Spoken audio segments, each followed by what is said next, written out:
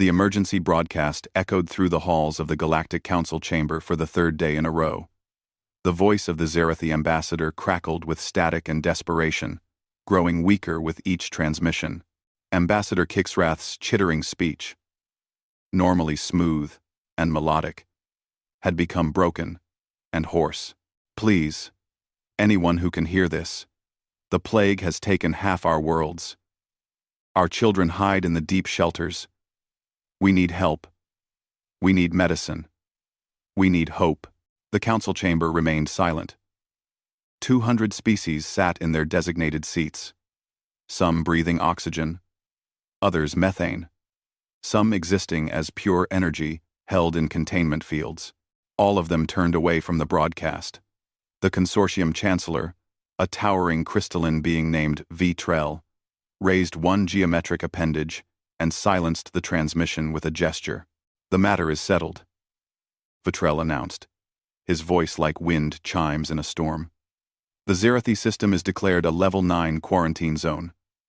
All traffic is forbidden. The automated defense grid is now active. Any vessel attempting to breach the quarantine will be destroyed automatically. A murmur of agreement rippled through the chamber. The decision was logical. The decision was necessary.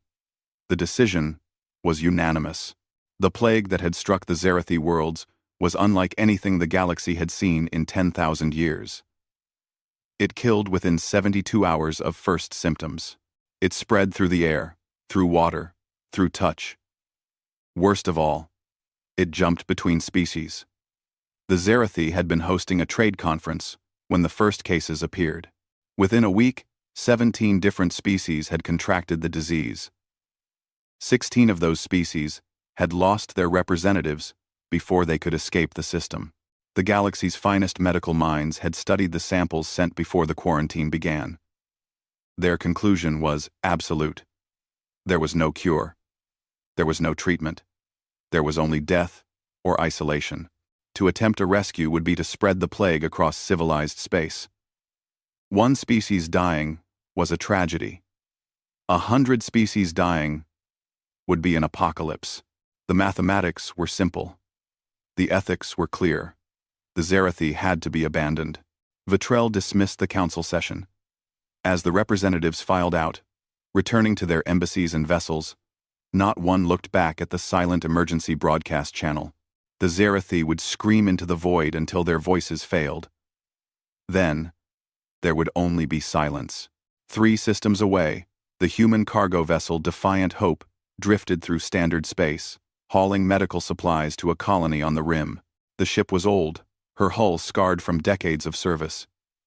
But her engines ran clean, and her crew ran cleaner. Captain Sarah Chen sat in her command chair, reviewing manifest reports, when Communications Officer Maria Torres suddenly sat up straight. "Captain, I'm picking up something strange on the emergency channels." Sarah looked up from her datapad. She was a small woman, barely 5 feet tall, with black hair pulled back in a tight bun, and eyes that had seen too many hard decisions. "Strange how? It's a distress call. Zerathi language. But it's on a loop. Like it's been broadcasting for days. And there's something else." Maria adjusted her headset, her brown fingers dancing across the control panel. "It's coming from inside a quarantine zone." The bridge fell silent. Sarah stood and walked to the communications station. "Play it. Play it." The voice that emerged from the speakers was barely a whisper. "This is Shelter Complex 7. Zerath Prime. We have 6,000 civilians. 4,000 are children. Our supplies will last 3 more days. The plague has not reached the deep shelters, but we cannot leave. Cannot reach the surface. Please, if anyone can hear this, we are still alive." Sarah closed her eyes. Behind her, the bridge crew waited. There were only 12 of them aboard. All human. All veterans of the merchant marine. They had hauled cargo through pirate raids, asteroid fields, and solar storms. They had seen things that would make other species flee in terror. But this was different. "Maria, pull up everything on that quarantine zone." The data streamed across the main view screen. The Zerathi system. Population: 14 billion. Current status: Level 9 quarantine. Total blockade authorized by Galactic Council. Automated defense grid active. Penalty for breach: immediate destruction. Medical assessment: plague mortality rate 100%. Contagion factor: extreme. Estimated survival time for victims: 72 hours maximum. Recommended action: avoid at all costs. Jesus, whispered First Officer James Rodriguez. He was a big man, former military, with dark skin and a scar across his left cheek from a shuttle crash. 14 billion.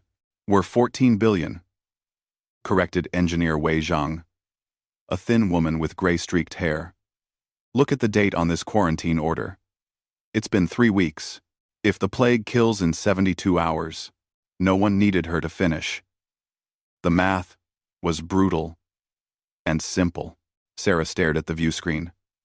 14 billion souls, an entire species, dying alone while the galaxy built walls to keep them contained. She thought about the voice from Shelter Complex 7. 6,000 people. 4,000 children. 3 days of supplies. Captain? Maria's voice was soft. What do we do? Every person on the bridge knew what the regulations said. What the Galactic Council had ordered. What every sane being in the universe would do. They would change course, deliver their cargo, file a report about the distress signal, and let someone else deal with it. Except there was no one else. The entire galaxy had already dealt with it by building a wall and looking away. Sarah turned to face her crew. These 12 people had followed her through situations that had no business turning out well. They trusted her. They were also human, which meant they were clinically insane by the standards of every other species in space. Earth was not a kind mother. Earth was a nightmare world where diseases mutated every season, where predators hunted in packs, where the weather itself could kill in 100 different ways. 99% of every species that had ever lived on Earth had gone extinct. Humans survived by being too stubborn to die and too crazy to know when to quit. Pull up the distress signal again, Sarah ordered. All of them. Every shelter that's broadcasting. Maria worked her console. Dozens of signals appeared on the screen. Shelter Complex 7 with 6,000 people.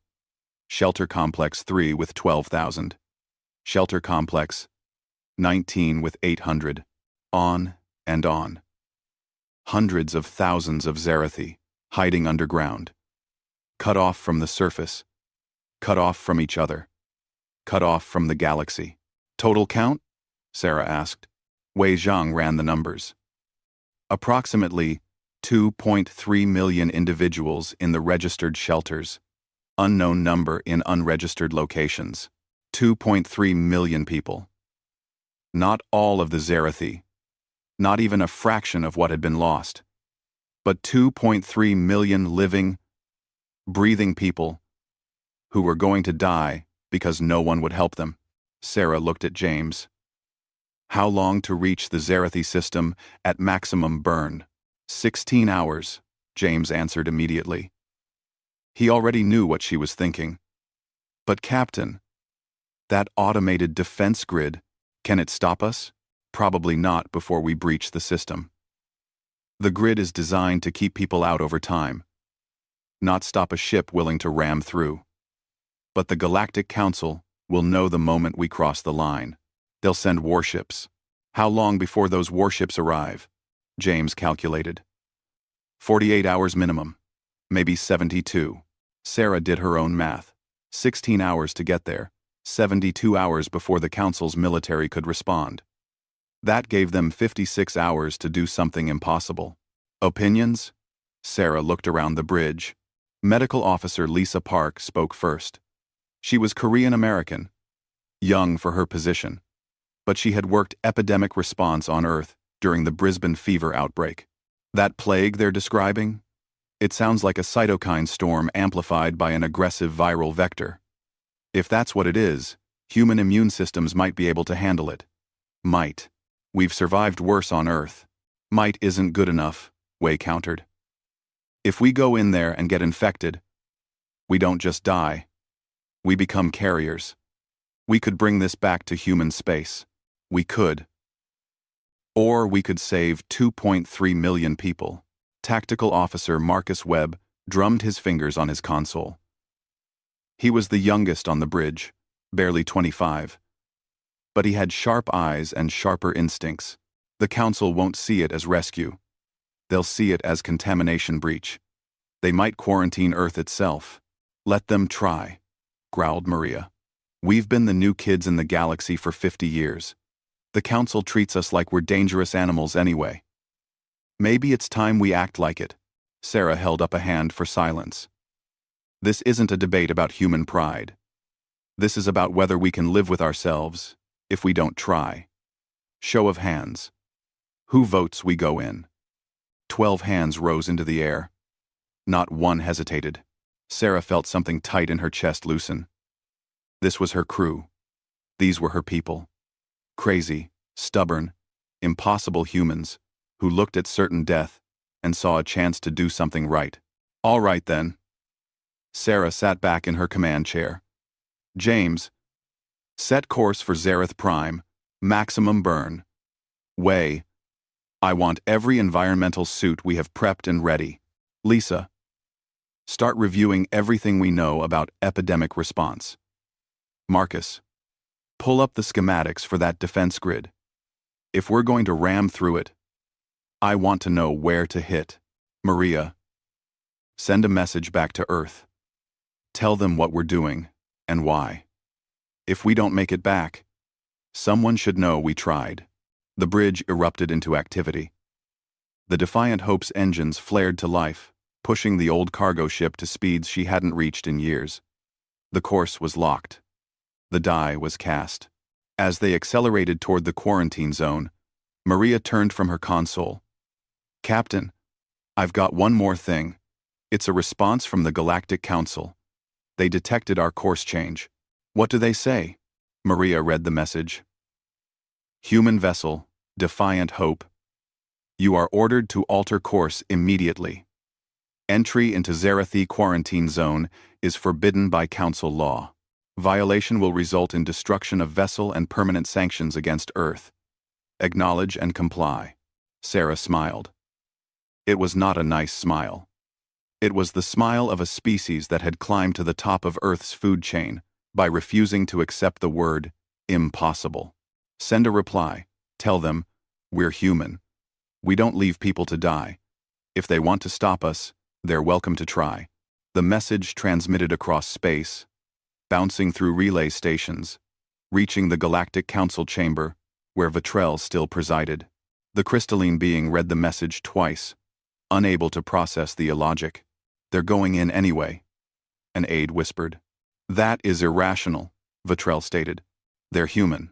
Vitrell had no response to that. Humanity was still a puzzle to the older species. They came from a death world, a hell planet that should have produced either apex predators or cowering prey. Instead, it produced something the galaxy had never seen.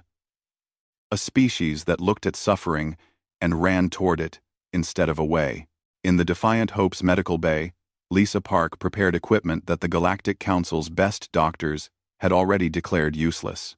In engineering, Wei Zhang rerouted power to shields that would need to hold against weapons designed to sterilize plague ships. On the bridge, Sarah Chen stared at the growing image of the Zarathi system and thought about those 2.3 million people waiting in the dark. The galaxy had left them to die. The math said they couldn't be saved. The logic was absolute. The decision was final. But humans had never been good at accepting what couldn't be done. They had survived ice ages, plagues, wars, and extinction events. They had looked at death 1,000 times and said. The Defiant Hope raced toward the quarantine zone, her engines burning bright against the black of space. Behind her, the galaxy watched and wondered what madness drove these Deathworlders to throw themselves at the impossible.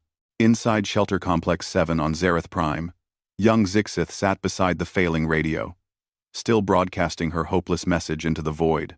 She was only 12 years old by Zerathi standards, her chitin still soft, her antennae still learning to read the chemical signals of her people's language. She had been broadcasting for 3 days, ever since the adults had grown too sick to continue. She did not expect an answer. No one did. Then the radio crackled to life with a new voice. It was strange, alien, speaking in heavily accented Zerathi. Shelter Complex 7. This is the human vessel Defiant Hope. We received your distress call. We are 16 hours out. Hold on. Help is coming. Zixith stared at the radio. Then she ran through the shelter, screaming the impossible news. The humans were coming. The Deathworlders were coming. Someone still cared. The automated defense grid detected the Defiant Hope when she was still 2 light hours from the Zerathi system. Weapons platforms that had floated dormant for 3 weeks suddenly woke, their targeting systems locking onto the approaching vessel. Warning broadcasts transmitted on all frequencies in 47 languages. Attention approaching vessel. You are entering a level 9 quarantine zone. Turn back immediately or you will be destroyed. This is your only warning. On the bridge of the Defiant Hope, Marcus Webb watched the defense grid light up on his tactical display. Captain, I count 38 weapons platforms. They're charging weapons. We've got maybe 5 minutes before they open fire.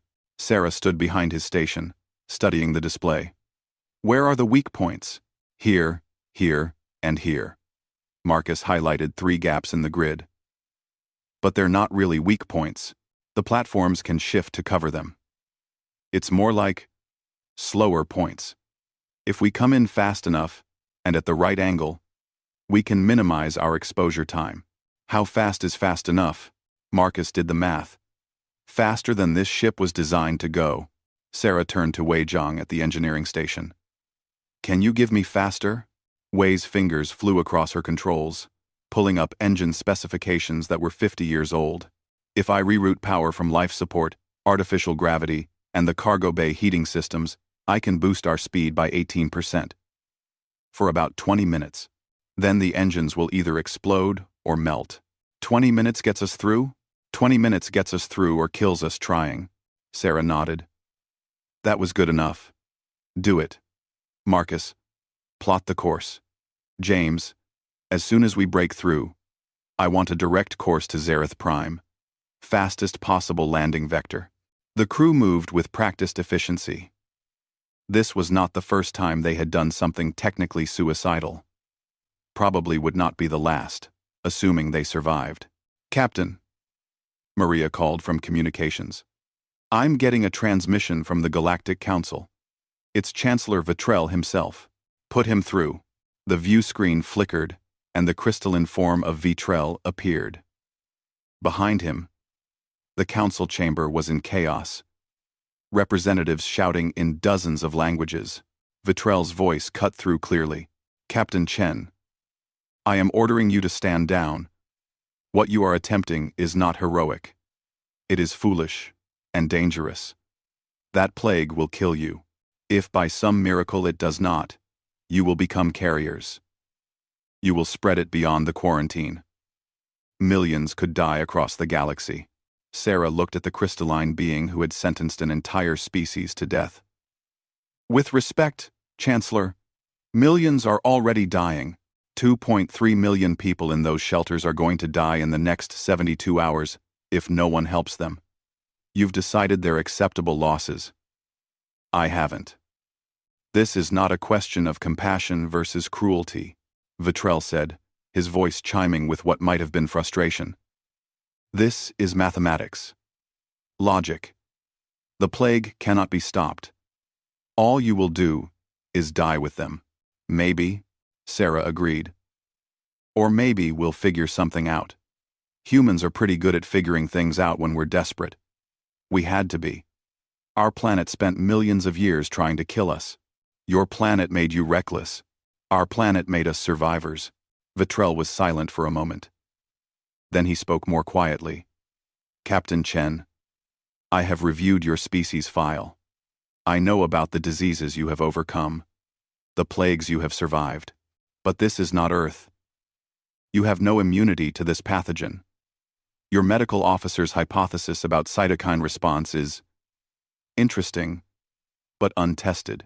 You are gambling with not just your lives, but potentially the safety of the entire galaxy. Then the galaxy better hope we win the gamble. Sarah glanced at Marcus, who held up 3 fingers. 3 minutes, until weapons range. Chancellor, I'm going to tell you something about humans. We have a saying on Earth. We're all we've got. Most species hear that and think it means we're alone. Isolated. It doesn't mean that at all. It means when things get dark, when everyone else runs, we stand together. Those Zerathi down there, right now, they're part of our we. So we're going in. I will order the defense grid to destroy you. You already did. We're going in anyway. Vitrell stared at her through the screen, his crystalline face unreadable. Then he made a sound like breaking glass. It might have been a sigh. Then, I will do something I have never done before. I will hope that illogic prevails. Because if you fail, Captain, the Council will have no choice but to sterilize that entire system. And if you carry the plague out, we will have no choice but to quarantine Earth itself. The stakes are higher than you know. The transmission cut off. Sarah turned back to her crew. You heard the man. We fail. Earth gets locked down. No pressure. Just another Tuesday, James muttered, which got a nervous laugh from the bridge crew. Marcus counted down. Weapons, platforms. Going hot in 90 seconds. Recommend we start evasive maneuvers in 60. Sarah sat in her command chair and gripped the armrests. Way. Give me that speed boost. Marcus. Execute your approach vector. Maria. Keep broadcasting on all frequencies that we're a rescue vessel. Maybe the platforms will hesitate. Some round. The platforms are automated, Marcus pointed out. They don't hesitate. Can't hurt to try. The Defiant Hope surged forward as Way dumped emergency power into the engines. The old cargo ship groaned, her hull shaking as she pushed past her design specifications. The weapons platforms tracked her approach, plasma cannons swiveling to aim. Entering weapons range, Marcus announced. Here we go. The first platform fired. A bolt of superheated plasma streaked through space, missing the Defiant Hope's bow by 100 meters. Marcus threw the ship into a rolling dive, using the manual controls because no computer could predict the random pattern he was flying. More platforms fired. The space around them became a light show of deadly energy. One bolt clipped their port shield, sending power fluctuations through the ship. Emergency alarms blared. Shields at 70%, Marcus called out. Another bolt. Another hit. The ship shuddered. Shields at 40%. Sarah watched the tactical display. They were halfway through the grid. Just a few more seconds. The engines screamed as Way pushed them beyond their limits. Temperature warnings flashed red across every console. A plasma bolt hit them dead center. The shields flared and collapsed. The ship's lights flickered. Shields down, Marcus shouted. Next hit goes straight through the hull. Way, I need those engines, Sarah ordered. They're already at 130%. Any more, and we blow. Then give me 140% for 10 seconds. Way's hands moved without hesitation. The engines roared like dying stars. The Defiant Hope leaped forward. Faster than any cargo ship, had a right to move. Plasma bolts filled the space where they had been a heartbeat before. Clear! Marcus gasped. We're through the grid. The crew erupted in cheers. Then the cheers died as everyone realized what they had just done. They were inside the quarantine zone. There was no turning back now. If the plague killed them, they would die in this system, their bodies burned to ash by sterilization protocols. Status report, Sarah ordered, her voice steady despite her racing heart. James ran through the systems. Hull integrity at 85%. Shields offline. Will take 30 minutes to recharge. Engines running hot, but functional. We're alive, Captain. For now, Wei added darkly. Those engines are not going to last much longer. We've got maybe 6 hours of flight time before we need to shut down for repairs. Sarah nodded. 6 hours was enough. It had to be. Maria, broadcast to all shelters. Tell them we're here and we're coming down. James, get me that landing vector. Already plotted, James said. Shelter Complex 7 is our first stop. It's the closest to our entry point, and their situation is the most critical. 3 days of supplies means they're probably down to hours by now. The Defiant Hope descended toward Zareth Prime. Through the view screen, they got their first clear look at the dying world. The planet was beautiful, all blue oceans and green continents, white clouds drifting across a peaceful sky. It looked like paradise. Then they dropped into the atmosphere and saw the cities. Mother of God, Lisa whispered. The cities were graveyards. Massive metropolitan areas that should have blazed with lights were dark and silent. Streets that should have been filled with traffic were empty. Buildings stood intact, but lifeless. Here and there, fires burned unchecked where automated systems had failed. The Zarathi had not been destroyed by war or natural disaster. They had simply stopped living. I'm reading bodies, Marcus said quietly. Thousands of them. Just lying where they fell. The crew stared in silence. This was what genocide looked like when it came from nature instead of malice. An entire species, wiped out by something invisible, while the galaxy watched and did nothing. Shelter Complex 7, coming up, James announced, his voice rough with emotion. The shelter entrance was in a mountain valley, far from the dead cities. As they approached, Marcus suddenly tensed. Captain, I'm reading weapons signatures. Ground-based defense turrets. They're tracking us. Those would be the shelter's automated defenses, Lisa said. They probably went on high alert when the plague hit. They might see us as a threat. Maria, hail them on all frequencies. Let them know we're friendly. Maria sent the transmission. Shelter Complex 7. This is the human vessel Defiant Hope. We received your distress signal. We are here to help. Please do not fire on us. For a long moment, there was only static. Then, a young voice crackled through the speakers. Human ship? You came? You really came? It was Zixith, the young Zarathi who had been broadcasting the distress signal. Her voice shook with disbelief and hope. Sarah leaned forward. We really came. We're going to land outside your main entrance. We have medical supplies and personnel. But we need you to do something for us first. We need you to tell us about the plague. How it spreads. What the symptoms are. Everything you know. I will try. The adults, they are very sick. But I have been watching. Learning. I can tell you what I have seen. That's perfect. You're doing great. Stand by. The Defiant Hope settled onto the valley floor with a groan of stressed landing gear. Sarah stood and looked at her crew. Lisa, you're with me. James, you have command. No one else leaves this ship until we know what we're dealing with. Understood? Understood, James said. He did not look happy, but he knew the protocol. Someone had to stay behind. Someone had to be able to take off if everything went wrong. Sarah and Lisa met in the cargo bay, pulling on environmental suits that looked flimsy compared to the heavy quarantine gear that other species used. Human suits were lighter, more flexible. Designed for a species that had learned to move fast when death was chasing them. The other species thought human protective equipment was inadequate. Humans thought other species were too slow to survive. Wei joined them, suited up and carrying a large equipment case. You're not going down there without engineering support, she said, cutting off Sarah's protest. If their life support systems are failing, you'll need someone who can fix them. Sarah wanted to argue. She also knew Wei was right. Fine. But you follow Lisa's contamination protocols exactly. Yes, Captain. They cycled through the airlock and stepped onto Zarathi soil.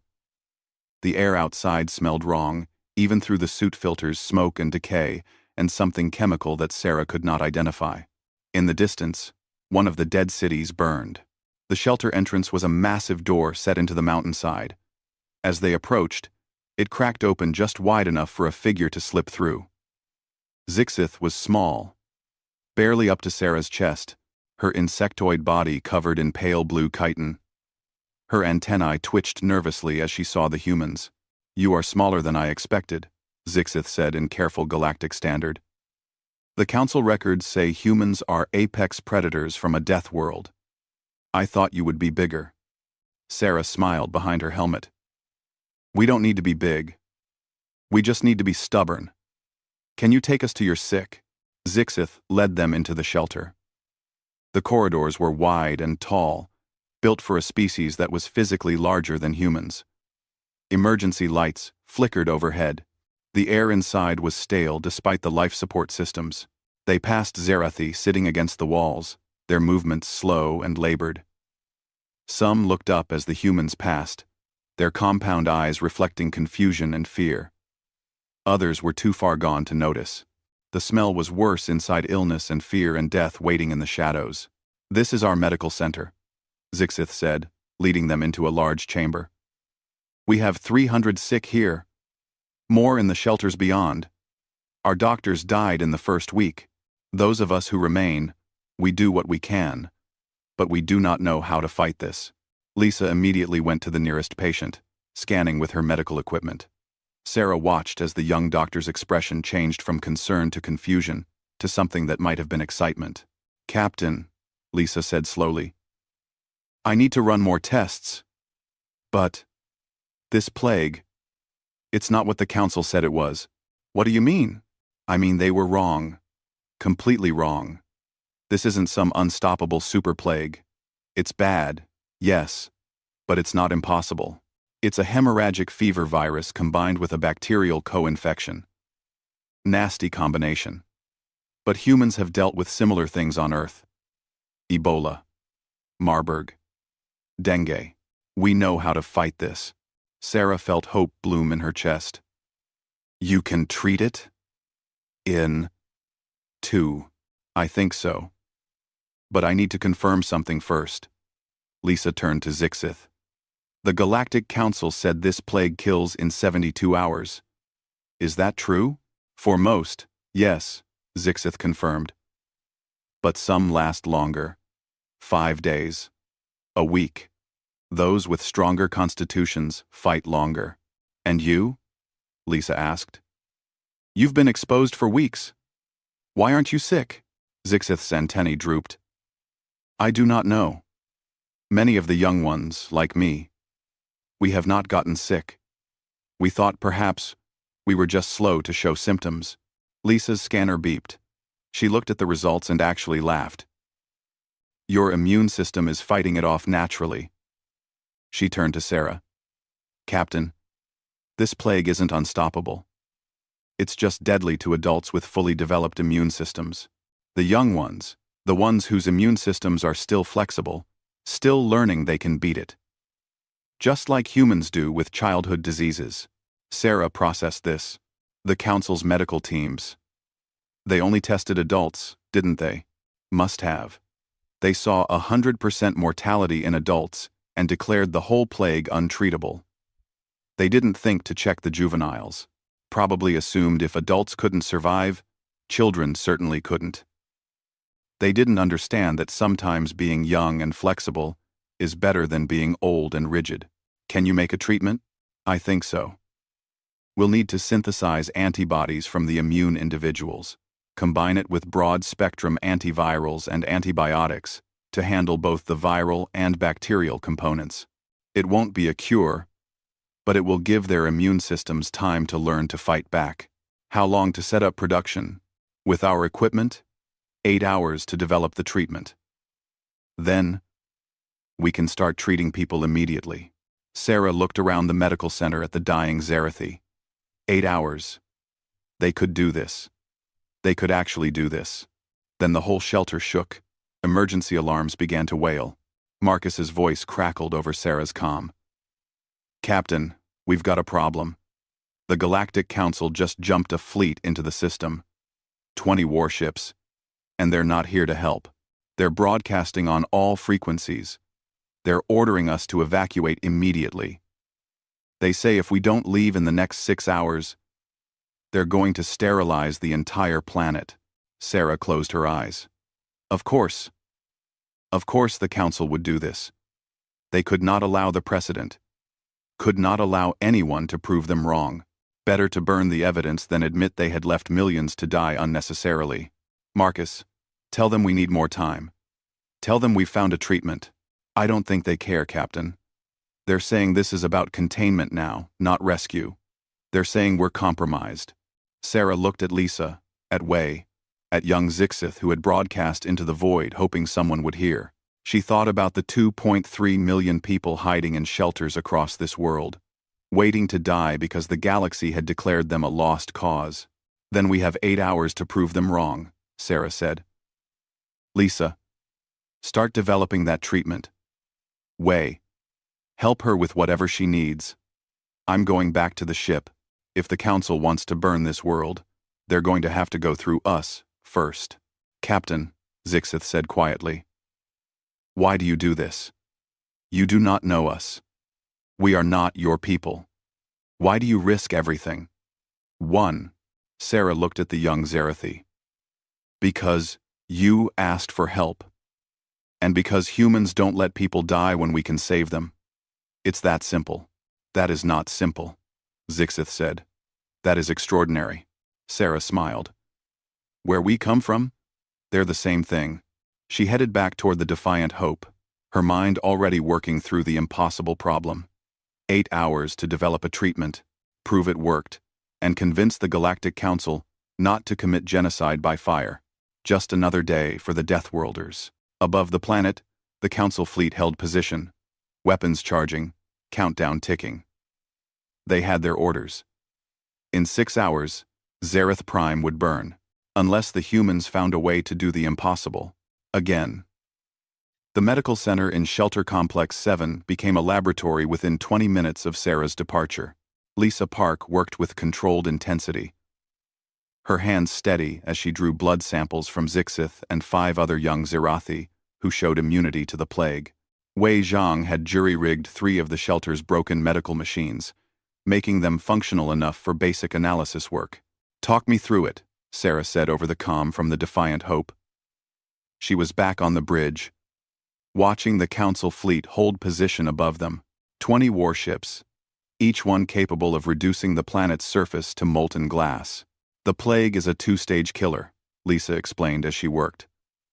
"First, a hemorrhagic virus attacks the vascular system, causing internal bleeding. Then, while the immune system is overwhelmed fighting the virus, a bacterial infection moves in and finishes the job.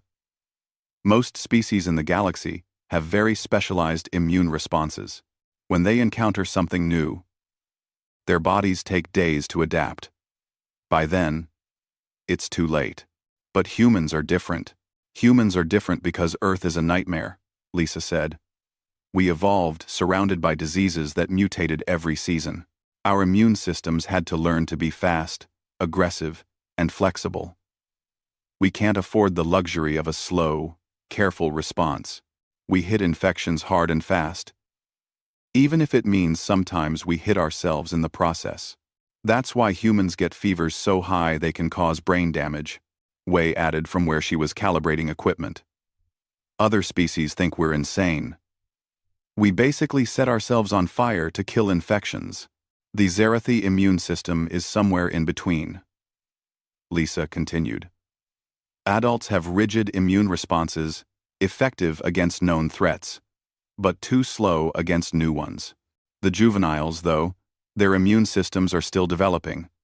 They're flexible enough to adapt. Like human children. That's why Zixith and the others survived." Sarah processed this information. "So your treatment needs to give adult Zerathi a human-style immune response?" "Sort of. I'm extracting antibodies from the immune juveniles and combining them with broad-spectrum antivirals and antibiotics. The antibodies will target the specific plague strains. The antivirals and antibiotics will knock down the overall infection load. That gives the patient's own immune system time to learn and adapt. It's not elegant, but it should work. Should? Medicine is never certain, Captain. But the theory is sound. I've seen similar treatments work on Earth. How long until you have something we can test? Lisa checked her equipment.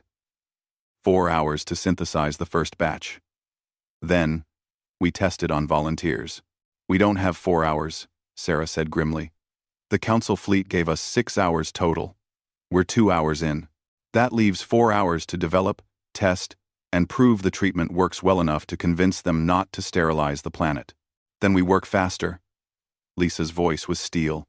On the Defiant Hope's bridge, Marcus was monitoring the Council fleet's communications. Captain, they're broadcasting their justification on all frequencies. They're saying we're already infected, that we're a contamination risk.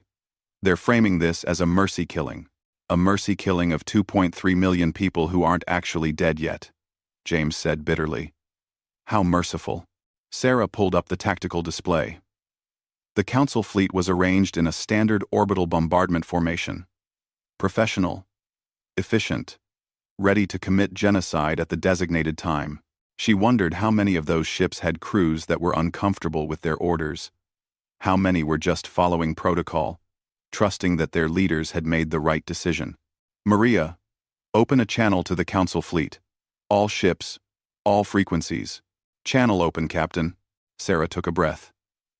Council fleet. This is Captain Sarah Chen of the human vessel Defiant Hope. I'm sending you medical data from our doctor on the ground. We've identified the plague pathogen. It's treatable. We're developing a cure right now. We're asking you to stand down and give us time to prove it works. The response came from Fleet Commander Jacques, a Corthan whose species resembled armored crocodiles. His voice was deep and formal. Captain Chen, we have received your data. Our medical staff is reviewing it. However, our orders are clear. The risk of plague contamination spreading beyond this system is too great. The quarantine must be maintained. Is Nather Penson. Commander, if you destroy this planet, you're murdering 2.3 million people who could be saved. If we do not destroy this planet and the plague escapes, we could lose billions across the galaxy. The mathematics are absolute. The mathematics are wrong. Sarah's voice rose. Your medical teams were wrong. They tested only adults and assumed the plague was universally fatal. They didn't check the juveniles. They didn't think to look for natural immunity. They made a mistake, and now you're about to kill millions of people to cover it up. There was a long silence. Then Commander Jacques spoke more quietly. Captain Chen, even if your medical data is accurate, you cannot save 2.3 million people in 4 hours. You do not have the resources. You do not have the time.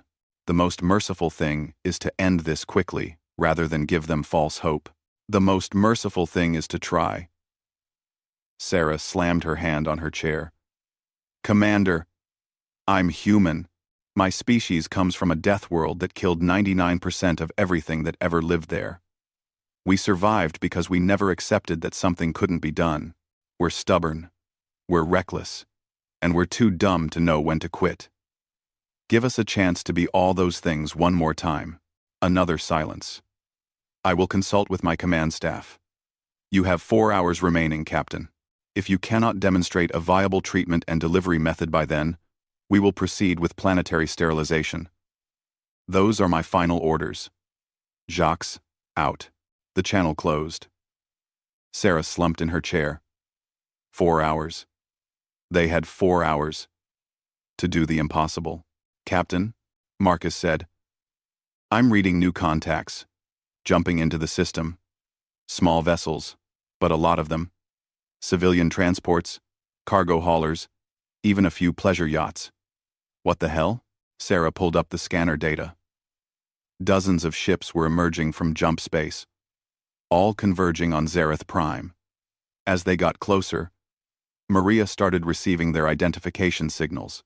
"Captain, those ships, they're all from human colonies. Nova Hope, New Beijing, Armstrong Station. All of them. They're broadcasting that they're here to help." Sarah felt her throat tighten. "How did they even know?" "Your message," James said quietly. "The one you had Maria send to Earth, explaining what we were doing. It must have been intercepted by the human colonies on the way. They scrambled ships to join us. On the view screen, the ragtag human fleet approached the Council warships. They were nothing like the sleek military vessels. They were working ships, scarred and patched, held together by spare parts and stubbornness. But there were so many of them. 50 ships, 100. More jumping in every minute. Maria was laughing and crying at the same time. They're all broadcasting the same message. We're human. We're here to help. Try to stop us. Duma. The Council fleet did not know what to do. Their weapons were designed to fight military vessels, not civilian transports. They could destroy them easily. But that would mean firing on unarmed rescue ships. The political implications would be catastrophic. "Commander Jacques is hailing us," Maria reported. "Put him through." The Corthon commander appeared on screen. He looked tired. "Captain Chen. What is the meaning of this?" "Captain Chen. Captain Chen. I sent a message home," Sarah said simply. "Told them what we were doing. I guess, humans being humans. They decided to help. You cannot save 2.3 million people with 100 transport ships. Watch us." In Shelter Complex 7, Lisa finished synthesizing the first batch of treatment. It was a thick, reddish fluid that looked more like blood than medicine. In a way, it was blood antibodies extracted from immune Zerathi, concentrated and combined with human-designed antivirals. "I need volunteers," Lisa announced to the medical center. "This is an untested treatment. It might work, it might not. It could even make things worse. But if we don't try, everyone here dies anyway." An older Zerathi, his chitin dark with age and his breathing labored, raised one trembling limb. "I will try. I am dying already. What harm can it do?" His name was Kelksith. He had been a teacher before the plague, instructing young Zerathi in the old ways of navigation by the stars.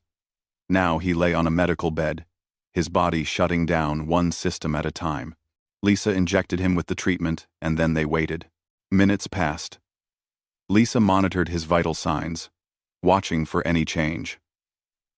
The other Zerathi in the medical center watched in silence, hoping for a miracle. Kelksith's breathing steadied. His body temperature, which had been dropping toward death, stabilized. His vital signs, weak and erratic, began to show a pattern again. After 30 minutes, he opened his eyes. "I feel different," he said. "The pain is less. The fog in my mind is clearing." Lisa scanned him again. The plague was still in his system, but the viral load was dropping. The bacterial infection was in retreat. His immune system, given the tools it needed, was fighting back. "It's working," Lisa whispered. Then louder. "It's working. Wei. We need to make more. A lot more." Wei was already moving. "How much do we need?" "Enough for 300 people in this shelter, then enough for the 2.3 million in all the shelters. So, basically, an impossible amount in 4 hours. Then we better get started," Wei said. "I'll see if I can boost the synthesis rate. Maybe blow up a few more machines in the process." Sarah's voice came over the comm. "Lisa, the cavalry has arrived. We've got human ships from a dozen colonies offering assistance. What do you need?" Medical supplies, synthesis equipment, anyone with pharmaceutical production capability. And Captain, we're going to need a lot of blood donations from the immune Zerathi juveniles. Not enough to hurt them, but enough to produce antibodies for millions of people. I'll coordinate with the other ships. How fast can you train other medical personnel on your treatment protocol? I can write it up in 10 minutes. Any competent medic should be able to follow it. Good. Send it to Maria. She'll broadcast it to the fleet. Every ship with medical capability can start producing treatment. We'll turn this into a production line. And that was exactly what they did. The human ships descended to Zareth Prime, landing near shelters across the planet. Cargo bays were converted into mobile pharmaceutical labs. Engineers who had never studied medicine followed Lisa's protocols with desperate precision. The immune Zarethi juveniles, understanding what was needed, volunteered their blood in carefully measured amounts. Zixith became a coordinator, moving between shelters, helping the humans understand Zarethi physiology. Explaining the treatment to her frightened people, she moved with a confidence that had not been there before. She had spent 3 weeks watching her species die. Now, she was watching them come back to life. In Shelter Complex 7, Kelksith sat up for the first time in 2 weeks. Around him, other Zarethi who had received the treatment showed similar improvements. The treatment was not perfect. Some patients were too far gone. Their bodies too damaged to recover even with help. But the majority responded. They got better. They lived. Commander Jacques watched from orbit as the impossible happened in front of him. The human ships, those crazy, reckless Deathworlders, were actually pulling it off. His medical staff confirmed that the treatment worked. His scanners showed that the plague was being contained. The contamination risk was dropping by the hour as more Zirathi recovered and developed their own immunity. He called Sarah. Captain Chen, my medical staff has reviewed your treatment data and observed the results. They confirm that the plague is treatable and that the contamination risk is manageable. However, I must point out that you still have not solved the fundamental problem. You have treated perhaps 10,000 people. There are still 2.3 million spread across this planet. My orders require planetary sterilization if the plague cannot be completely eliminated. Sarah smiled. Commander, we're not going to eliminate the plague in 4 hours. But we don't need to. We just need to prove we can. Your fleet can maintain the quarantine. Keep the system locked down. But don't murder 2.3 million people who are already surviving. Give us time. Give us 1 week. If we can't show significant progress in 1 week, then you can reconsider your options. 1 week is a long time to maintain a fleet in hostile quarantine. 1 week is nothing compared to the guilt of committing genocide when you didn't have to. Jacques was silent for a long moment. Sarah could see him struggling with the decision. He was a military officer. He had his orders. But he was also a sentient being who understood what it meant to kill millions of innocents. Very well, Captain Chen. You have 1 week. But understand this. If the plague shows any sign of spreading beyond this system, if contamination is detected on any of your vessels, I will not hesitate. I will destroy every ship here, human and Zarethi alike. Do you understand? Understood, Commander. Do not thank me yet. You still have an impossible task ahead of you. Commander, we're human. Impossible is what we do. The channel closed. The Council fleet remained in orbit, weapons still hot, still ready. But they did not fire. The countdown stopped. Sarah slumped in her chair, exhausted. Around her, the bridge crew celebrated quietly. They had bought time. Now, they had to use it. Over the next week, the human fleet worked without rest.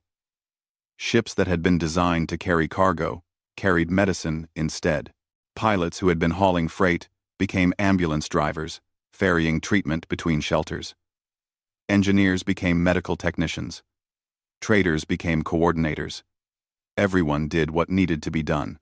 The Zarethi, seeing these aliens from a death world risk everything to save them, began to understand what humans meant when they said, "We're all we've got." It was not about being alone.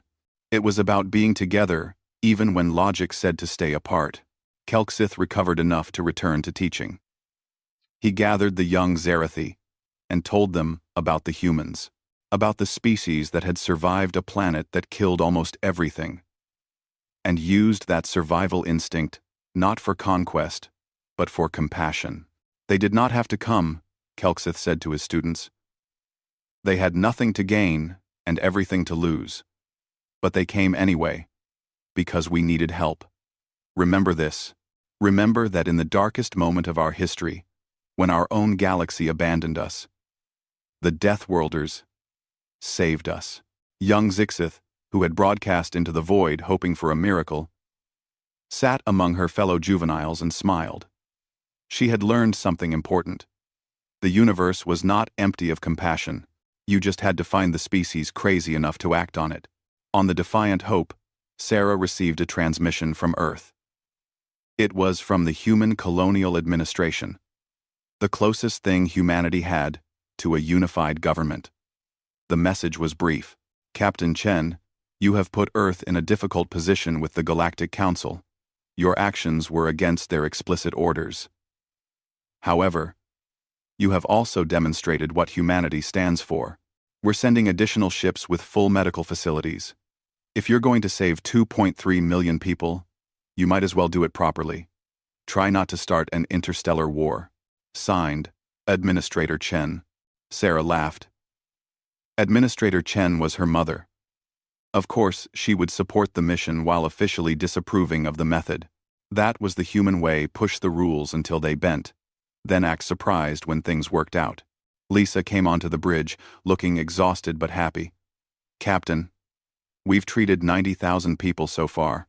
Mortality rate is down to 5%, and most of those are patients who were too far gone before treatment. We're going to save them. We're actually going to save them. How are the immune juveniles holding up? They're heroes, every one of them. Zixith has organized them into a volunteer corps.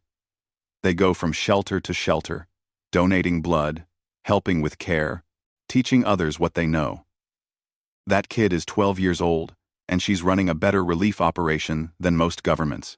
Sarah thought about Zixith, the young Zerathi who had refused to stop broadcasting even when all hope seemed lost.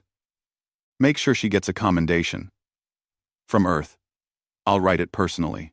She'd probably prefer a thank you and a chance to study xenomedicine. Then we'll give her both. The days passed. The treatment spread. The death toll stopped rising. The Zerathi began to cautiously believe that they might actually survive this nightmare. Commander Jacques, watching from his fleet, sent periodic reports to the Galactic Council. He detailed the human efforts, the treatment success rate, the declining contamination risk. The Council did not know how to respond. Admitting the humans were right meant admitting they had been wrong. Admitting they had been ready to commit genocide based on incomplete data. Vitrell, the crystalline chancellor who had ordered the quarantine, requested a direct communication with Sarah. When the channel opened, he did not speak for a long moment. Then, Captain Chen, you have done something remarkable. You have proven that sometimes illogic prevails where logic fails. My species has existed for 15 million years. We have seen empires rise and fall. But I have never seen anything quite like what you humans have done here. We just did what needed to be done, Sarah said. No. You did what no one else would do. There is a difference. The Council is reconsidering its protocols regarding quarantine procedures and disease response. Your method, while reckless, has shown effectiveness. We owe the Zerathi an apology. We owe you. I do not know what we owe you. You don't owe us anything, Sarah said. Just remember this the next time you're ready to write off an entire species.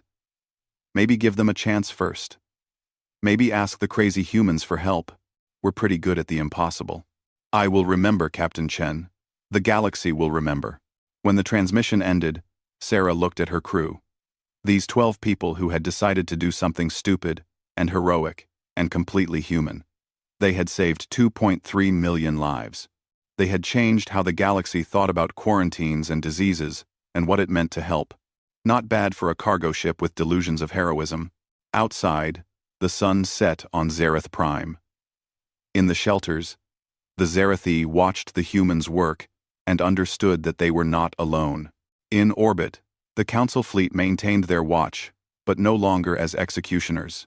And in the deep dark between the stars, 6 other quarantine zones detected new signals. Human ships were coming. The Deathworlders were coming, because that's what they did.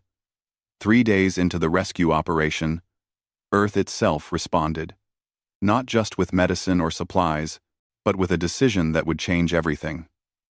18 purpose-built medical vessels launched from lunar orbit, each one designed for epidemic response and planetary relief operations.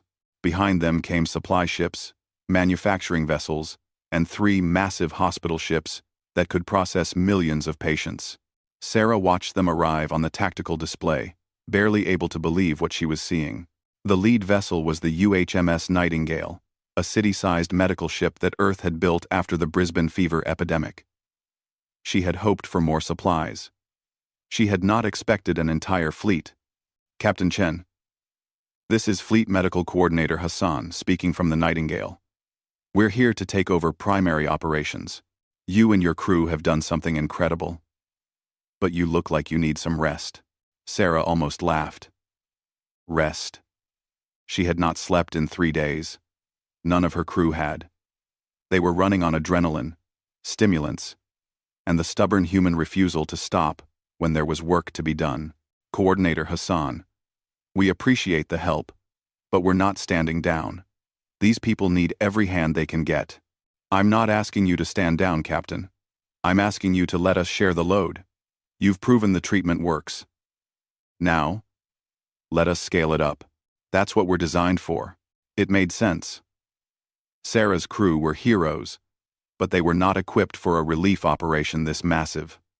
The Nightingale and her sister ships were. They had the personnel, the equipment, the infrastructure to treat millions. Letting them take the lead was the smart play. All right, Coordinator. We'll integrate with your operation. What do you need from us? End. Way. End. God passus. Your doctor's treatment protocol, and everything you've learned about working with the Zerathi. After that, honestly, you should sleep. You've earned it. Sarah wanted to argue. But she also knew Hassan was right. She was exhausted. Her crew was exhausted. They had done the impossible part, proving it could be done. Now it was time to let others finish what they had started. But the universe had other plans. The Galactic Council held an emergency session. Vitrell presided over a chamber full of angry, frightened representatives. The news from Zerath Prime had spread across the galaxy. The humans had broken quarantine. They had ignored council orders. And worst of all, they had succeeded. The political implications were catastrophic. Order! Vitrell's voice chimed across the chamber. We must address the human situation with rationality. Ambassador Thexlar of the Rovan Collective rose to speak. The Rovans were an insectoid species known for their rigid adherence to protocol. The humans have violated council law. They must be sanctioned. If we allow this precedent, every species will think they can ignore our authority. The humans saved 2.3 million lives, countered Ambassador Yilrin of the Sorath Union. The Sorath were amphibious beings who valued compassion above strict law. They did what we should have done. What we were too afraid to do. They risked galactic contamination. Thexlar's mandibles clicked in agitation. If the plague had spread, but it did not spread, Yilrin interrupted. Because the humans were right, and we were wrong. They saw a solution we missed. They had the courage to act when we chose to hide behind our protocols. The debate raged.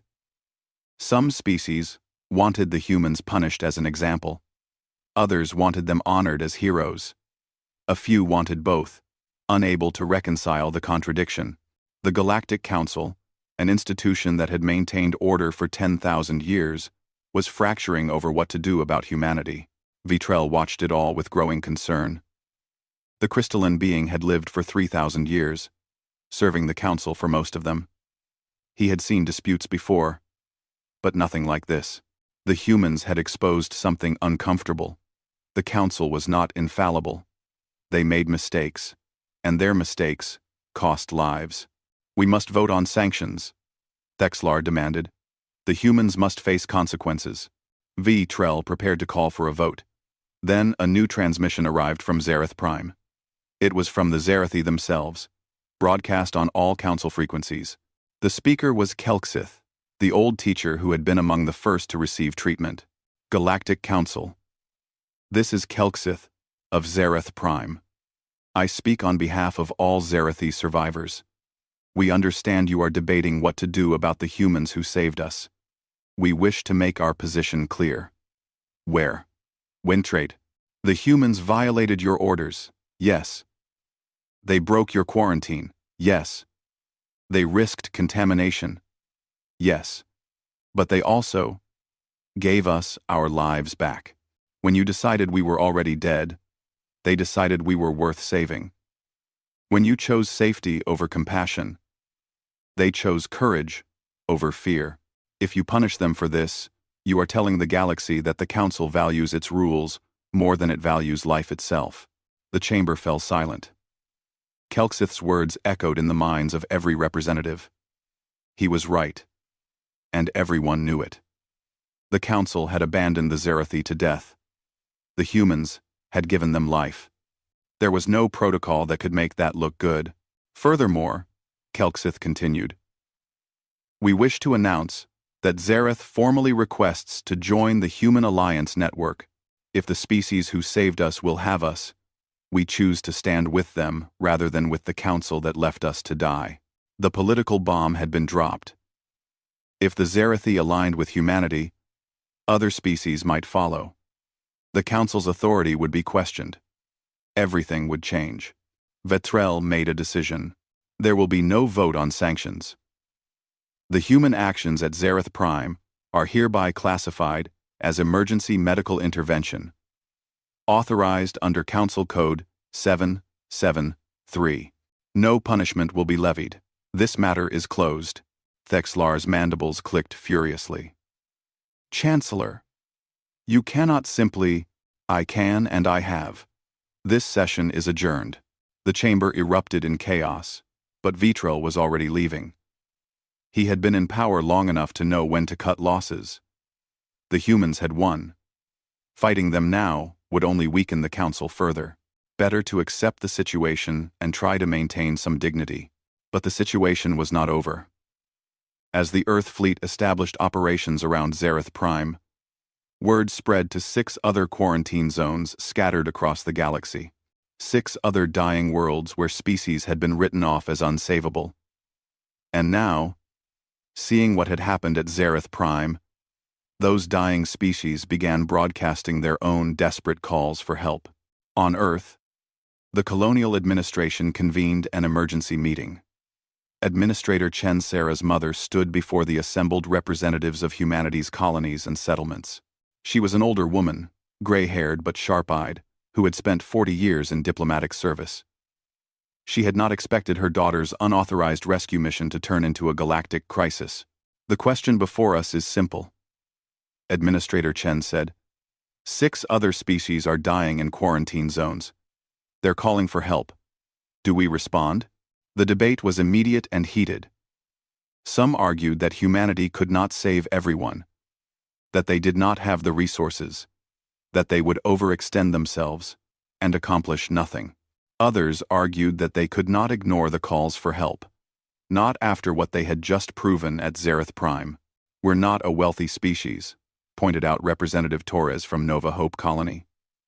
We've only been in space for 50 years. We're still building our own infrastructure.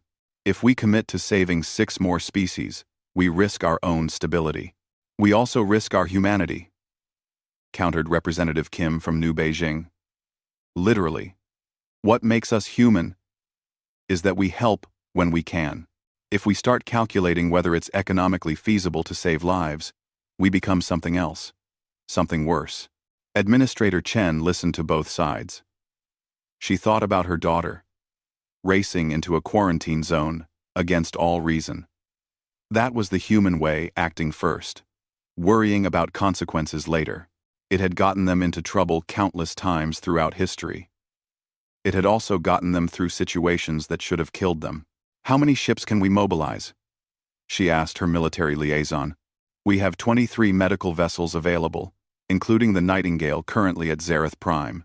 We have 47 cargo ships that could be converted for medical supply runs.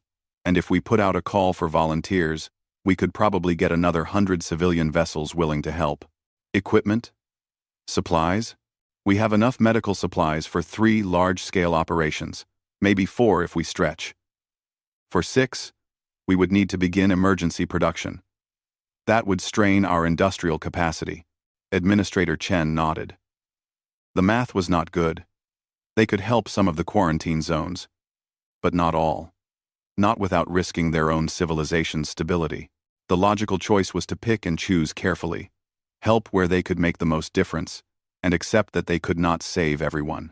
But she thought about her daughter again, about what Sarah would say if presented with these calculations.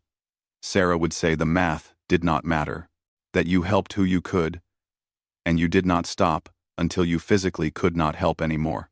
Send ships to all 6 quarantine zones, Administrator Chen ordered. Medical assessment teams first. They'll evaluate each situation and report back on what's needed. Then we'll figure out how to make it work. Administrator. If we overextend, then we overextend. That's what humans do. We push beyond what's reasonable and somehow make it work. If we fail, at least we'll fail trying. Send the ships. The order went out across human space. Within hours, ships began moving toward the 6 quarantine zones. They were not all military vessels. Many were civilian transports, whose captains volunteered to help. Some were private yachts converted into mobile medical labs.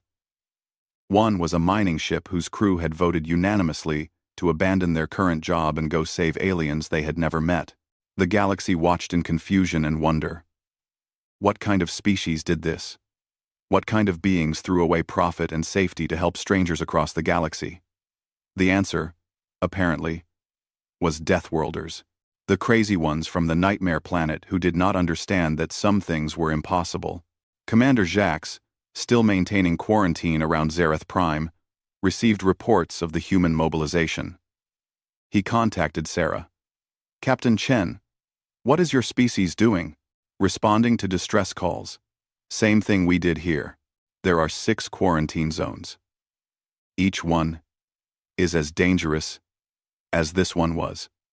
Your species cannot save them all. Probably not, Sarah agreed. But we're going to try anyway. That's what we do. That is insane. Yeah, we get that a lot. Jacques was silent for a moment. Then, Captain, I have been authorized to offer Corthan medical support for the human operations. My fleet has extensive medical facilities. If you will have us, we wish to help. Sarah was surprised. Commander, I thought you were supposed to be containing us. I was, but I have been watching your species for days now. You work without rest. You risk everything for beings you do not know. You do not do this for profit or power. You do it because you believe it is right. That is inspiring. It makes one reconsider what is important. So, will you have our help? We'll have anyone's help who's willing to give it. Other species began to respond. Not the Council itself, which was still paralyzed by politics, but individual species, individual ships, individual commanders who saw what the humans were doing and wanted to be part of it. The Soreth sent 3 hospital ships. The Miraki, a species known for their engineering skills, sent construction vessels to help rebuild infrastructure. Even a few Rovan ships showed up, despite their government's opposition, their crews claiming they were on independent humanitarian missions. What started as one cargo ship breaking quarantine had become a movement. The humans had shown that the impossible was just difficult. That compassion was stronger than fear, and that sometimes the logical choice was wrong and the crazy choice was right. In Shelter Complex 7, Zixith watched the human medical teams work alongside Soreth doctors and Corthan medics and Miraki engineers. Species that had never worked together. united by a common purpose. She approached Captain Chen, who was supervising the distribution of medical supplies. "Captain, why did you really come?" Zixith asked. "The truth. Not the noble answer. Why did humans risk everything?" Sarah looked at the young Zerathi. She could have given the diplomatic answer, the inspiring answer. Instead, she told the truth.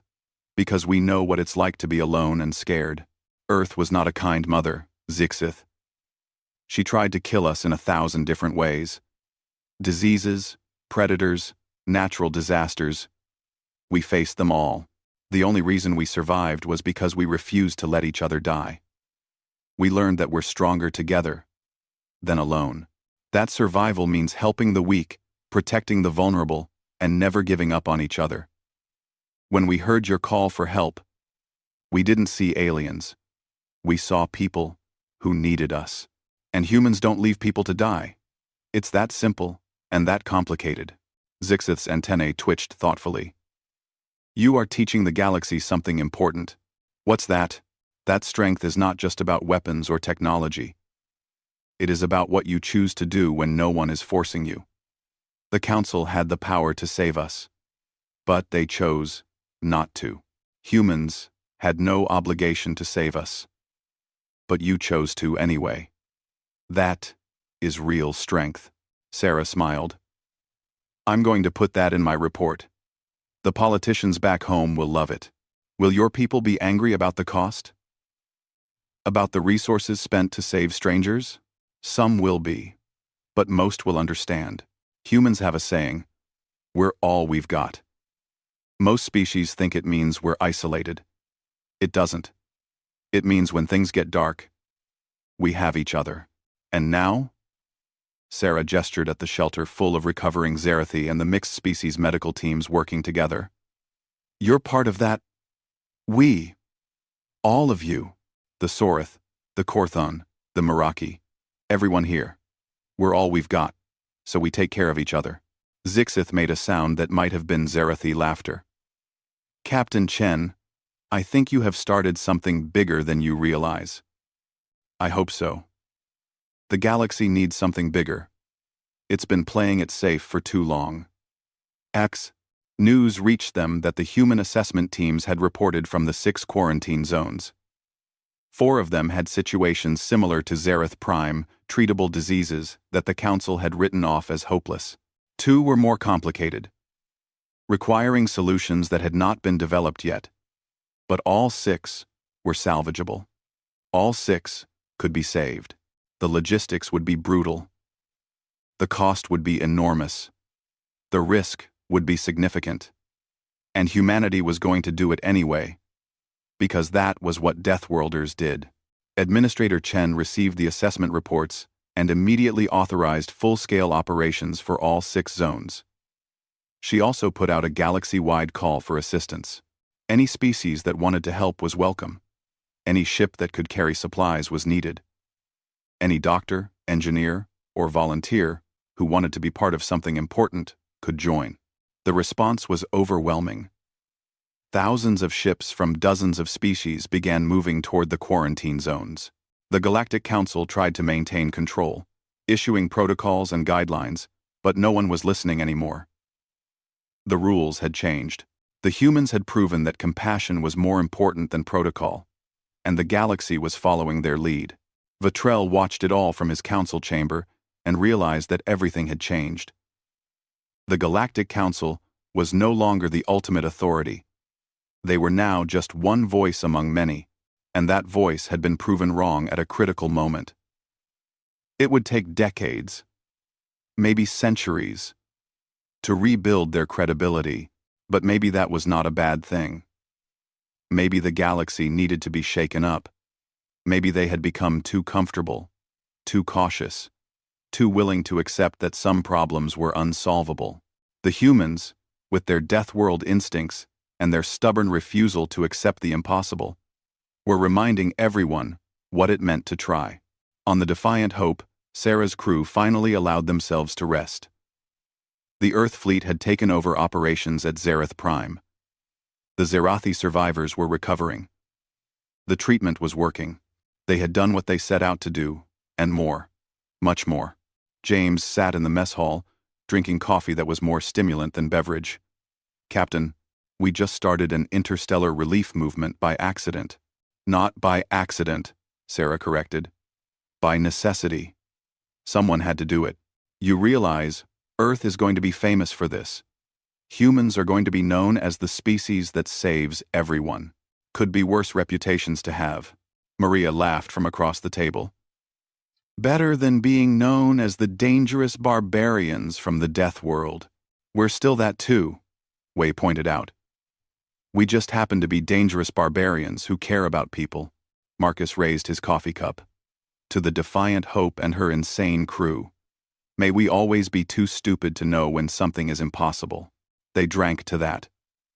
12 people who had changed the galaxy by refusing to look away from suffering. 12 humans who had proven that sometimes the Death World species were the most alive. Outside, the stars shone bright and clear. And across the galaxy, in 6 dying systems, help was on the way. The Deathworlders were coming, and they were bringing hope with them. 6 months later, the last quarantine zone was declared plague-free. The Salvix system, which had lost 90% of its population before the humans arrived, now had 800,000 survivors rebuilding their civilization. Across the 7 systems that had been abandoned by the galaxy, over 12 million people lived who should have been dead. The numbers were staggering. The cost had been enormous. Earth's economy had been strained to its limit. 3 human medical ships had been lost to equipment failures. 47 personnel had died from various complications. But 12 million people were alive. 12 million voices that could speak again. 12 million futures that had been saved. The Galactic Council formally convened to address what they were calling the human intervention. Vitrell presided, but his authority was diminished. Everyone knew it. The council chambers were packed with representatives, many of whom had participated in the relief efforts and had no patience for political maneuvering. "We are here to discuss the status of the 7 rescued systems," Vitrell announced, "and to address the question of future quarantine protocols. The humans have demonstrated that our previous policies were insufficient."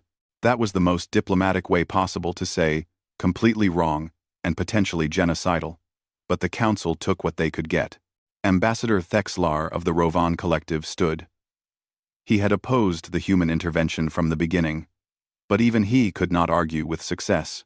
The council must acknowledge that the humans acted outside our authority. However, their actions produced positive results. "We propose a new framework. The Humanitarian Intervention Protocol, which would allow for medical rescue attempts in quarantine zones under specific conditions." It was a compromise. The council would maintain authority, but they would allow exceptions. It was progress, even if it was grudging progress. Then Kelxith stood. The old Zarathi teacher had become the unofficial spokesperson for the rescued species. His voice was steady, his words carefully chosen. "The council speaks of protocols and authority. We, the survivors, speak of a different matter. We speak of debt. 7 species owe their existence to human intervention. The humans have asked for nothing in return. No territory, no resources, no political concessions. They saved us because they believed it was right. The galaxy must recognize this debt and honor it." "What do you propose?" Vitrell asked. The 7 rescued species formally propose the creation of the Alliance of Rescued Worlds. "We will work together to support human colonies, share our resources and technology, and stand with humanity in galactic affairs. We do this not because we are required to, but because it is right. The humans taught us that compassion has value. We intend to practice what we learned." The proposal rippled through the chamber. 7 species, forming a bloc aligned with humanity. It would shift the entire political balance of the galaxy. Some representatives looked horrified. Others looked thoughtful. A few looked pleased. The Sorith Union immediately announced their support. The Sorith stand with the Alliance of Rescued Worlds. The humans showed us what true compassion looks like. We will not forget. The Korthon hegemony followed. Commander Jacques himself appeared via hologram. The Korthon witnessed human courage firsthand. We have decided that strength is not just about military might. It is about the will to act when others will not.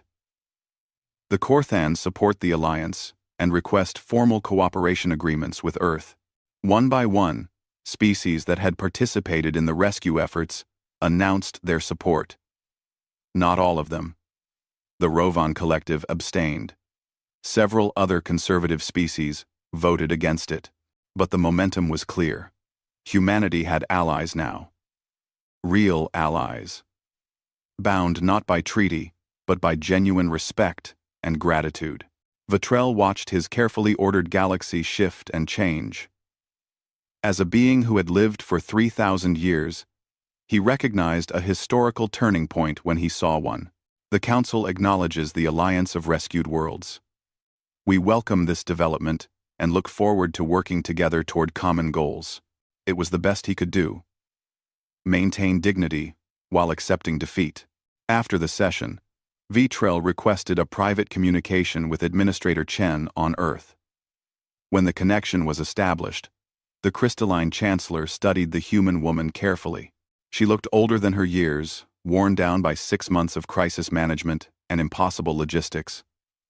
But her eyes were sharp, and her spine was straight. Administrator Chen, I wish to speak plainly, off the record. I appreciate plain speaking, Chancellor. Your species has changed the galaxy in 6 months. What took us millennia to build?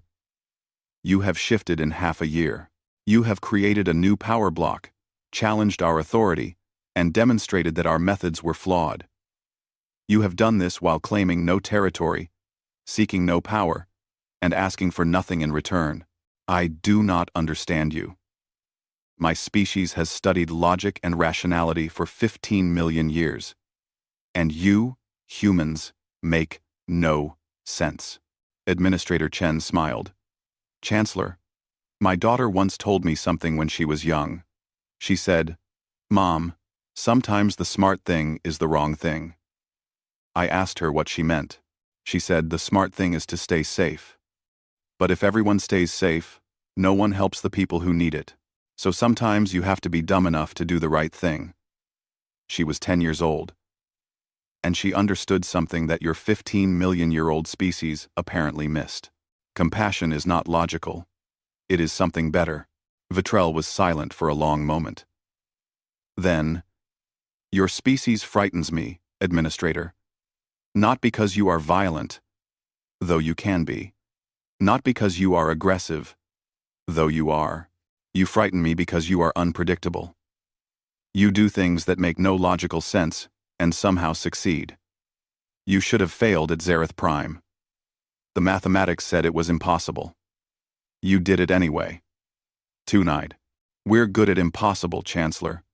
We had to be. Our planet didn't give us a choice. I believe your daughter is being considered for the Galactic Medal of Humanitarian Service. The highest honor the Council can bestow. She will be the first human to receive it. She won't care about the medal. She'll care that those 12 million people are alive. I know.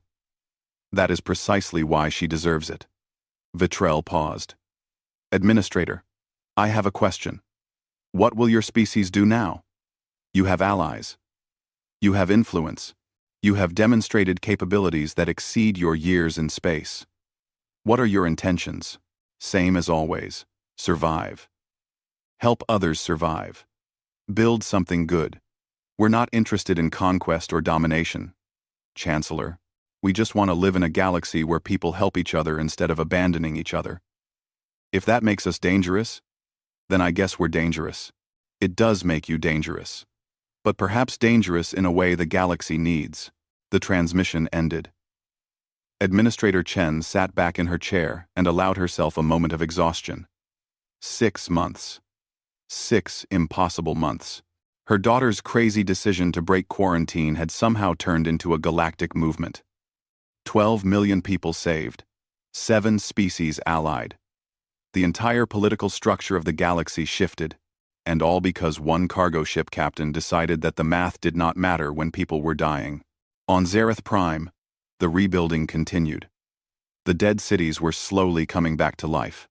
Power was restored. Water systems were repaired. Schools reopened.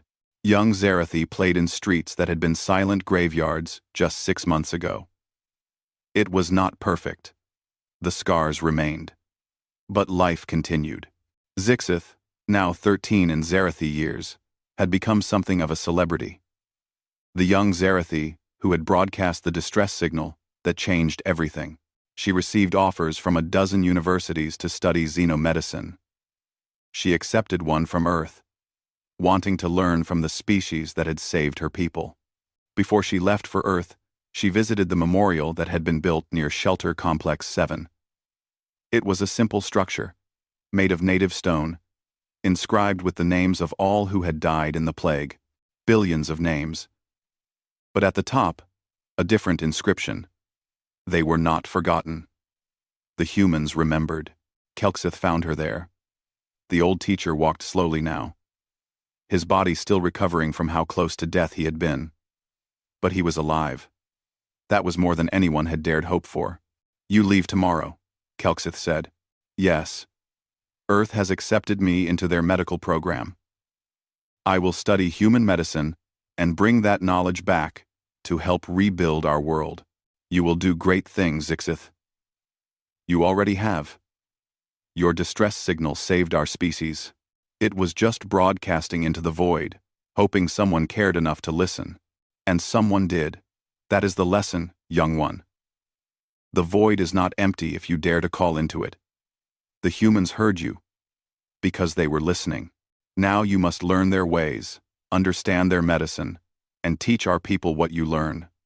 That is how we honor the debt we owe them." Zixith touched the memorial stone. "Teacher, do you think it will happen again? Another plague? Another disaster? Will species abandon each other again? When it does?" Kelksith considered the question carefully. "Perhaps. Fear makes people do terrible things, and the galaxy is full of fear. But now, there is also hope. The humans have shown us what is possible when compassion overcomes fear. Some will learn from this. Some will not. But the lesson has been taught. That is something. It is not enough. No. But it is a beginning. And beginnings matter." On the Defiant Hope, Captain Sarah Chen prepared for departure. The old cargo ship had been in dock for the past month, undergoing repairs and upgrades. The Earth government had offered to replace her with a newer vessel, but Sarah had declined. The Defiant Hope had earned her name. She deserved to keep flying. The crew gathered in the mess hall for their departure briefing. All 12 of them, still together, still ready for whatever came next. They had been offered positions on better ships, promotions, desk jobs with honors and comfortable salaries. Every one of them had declined. They were a crew. They stayed together. "All right, people," Sarah said, pulling up the mission brief. "We've got a cargo run to the frontier colonies. Standard supplies. Nothing exciting. Then we're supposed to swing by Nova Hope for crew rotation. After that, we have a month of scheduled leave. Earth wants us to take a break. Are we going to take that break?" Maria asked with a grin. "Probably not," Sarah admitted. "But we'll pretend we are when we file the reports," James laughed. "Captain, we broke galactic law, started an interstellar alliance movement, and probably shortened the Chancellor's lifespan by a few centuries. I think we've earned a reputation for not following the plan, which is exactly why they want us on boring cargo runs for a while. Let things cool down. Let the politicians figure out what to do with us. And if another distress signal comes through?" Wei asked quietly. Sarah looked at her crew. Her impossible, stubborn, crazy crew who had followed her into a quarantine zone and helped save 12 million lives. "Then we do what we always do. We respond. We help. We prove that the impossible is just difficult. That's what humans do. That's what Deathworlders do." Marcus raised his coffee cup. To the Defiant Hope and her insane crew. May we always be where we're needed, even when we're not wanted. They drank to that. A toast to doing the right thing, regardless of rules or protocol or common sense. A toast to being human, in all its reckless, compassionate glory.